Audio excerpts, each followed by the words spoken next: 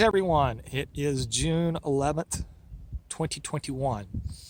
I last looked at this area. This is in the Good Dog area, Rimrock Trailhead. I last looked at these trails in August of 2020, I believe. So it's been almost 2 years since I was out in this area.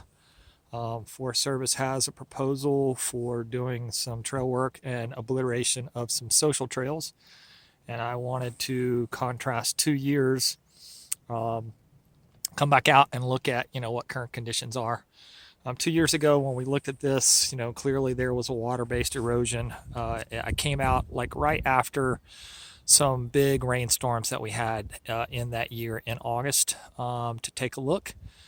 And we are looking at a trail that is in the inventory to the best of my knowledge. This is the alternate to the Deschutes River Trail. The Deschutes River Trail is over to our west, and it stays kind of close to a rock band line. But this particular trail, I can't think the name of it off the top of my head, but it goes up and over this plateau and then drops back down close to Lodge and Trotta.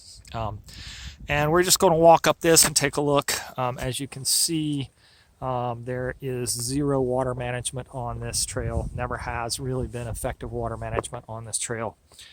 And because of that, and we don't get a lot of big rainstorms, but we do get some.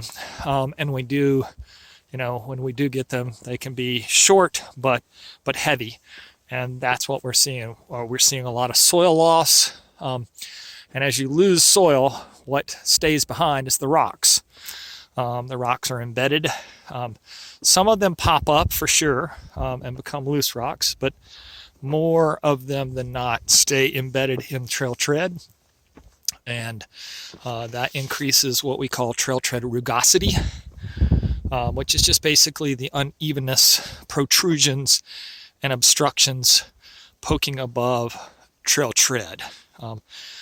And as that starts to happen, users oftentimes will try to find a different way to go if they're looking for an easier trail experience. High levels of rugosity certainly will make users try to find another easier way to go. We just turned a corner, still no water management whatsoever. Rugosity is not quite as bad, and that has to do with we're getting closer to the top of the watershed. Not as much water running. The trail itself, is part of a trail tread watershed. And we're still seeing some rocks popping up. This actually looks a little better than when I looked at it in 2019. And that's kind of what happens here is soil movement starts filling back in areas that lost soil. As soil continues to move, it'll fill back in some of those areas. And so sometimes things, actually look better after a little bit of a period of time as the soil starts to settle back in. And as we look up, you can see that this trail is heading up towards that sort of flat plateau.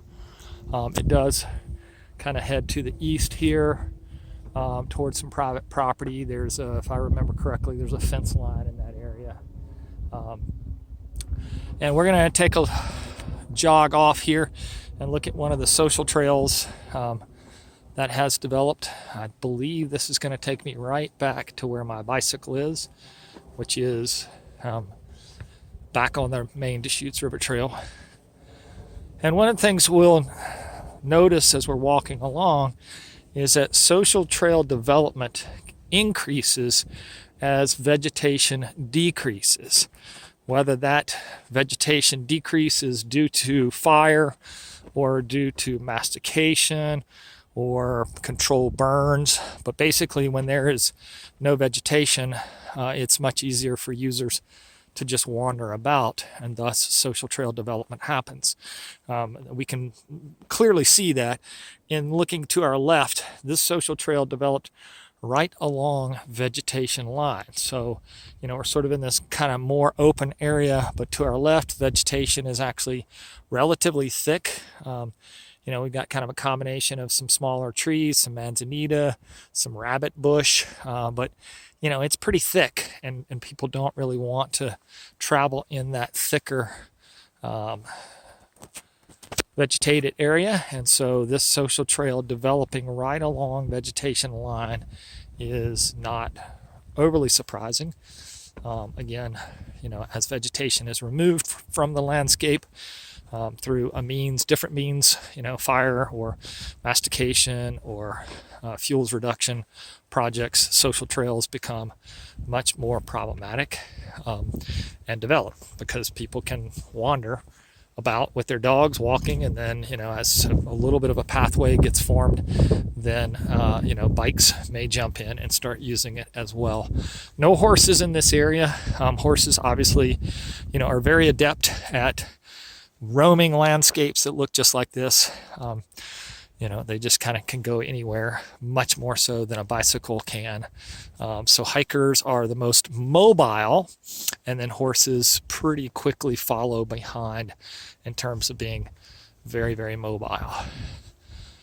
So this is one of the social trails that the Forest Service is proposing trying to obliterate. I would argue that without enough trail inventory in this area, it's going to be a fighting battle, perhaps a losing battle, just because users in this area want a fair bit of trail inventory, and it's going to be really hard to close off a trail like this and keep it closed. There just isn't a lot of material to work with for effective trail closure here.